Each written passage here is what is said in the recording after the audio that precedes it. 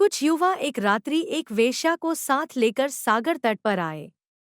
उस वेश्या के वश छीनकर उसे नंगा कर दिया और शराब पीकर वे नाचने गाने लगे। उन्हें शराब के नशे में डूबा देखकर वह वेश्या भाग निकली। रात जब उन युवकों को होश आया तो वे उसे खोजने निकले। वेश्या तो उन्हें नहीं मिली, लेकिन एक झाड़ी के नीचे बुद्ध बैठे हुए उन्हें मिले। वे उनसे पूछने लगे, महाशय, यहाँ से एक नंगी स्त्री को, एक वेश्या को भागते तो नहीं देखा? रास्ता तो यही है, यहीं से ही गुजरी होगी। आप यहाँ कब से बैठे हुए हैं? बुद्ध ने कहा, यहाँ से कोई गुजरा जरूर है, लेकिन वह स्त्री थी या पुरुष, यह मुझे पता नहीं है। जब मेरे भीतर का पुरुष जागा हुआ था, तब मुझे स्त्री दिखाई पड़ती थी। न भी देखूं तो भी दिखाई पड़ती थी।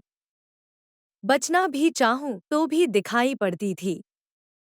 आंखें किसी भी जगह और कहीं भी कर लूं तो भी ये आंखें स्त्री को ही देखती थी।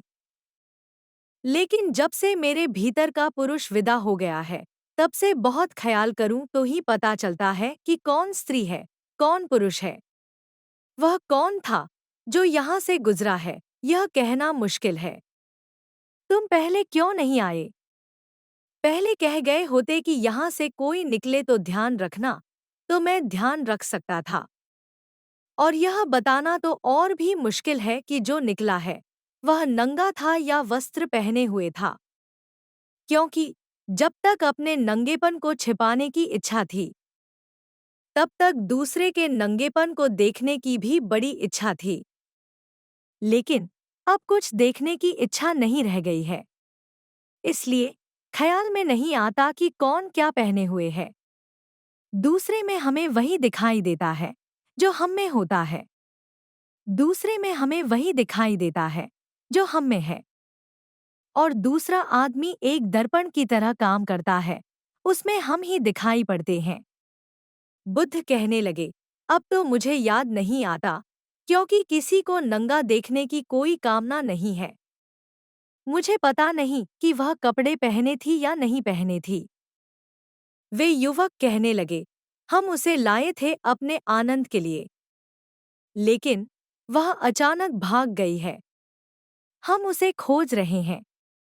बुद्ध ने कहा, तुम जाओ और उसे खोजो।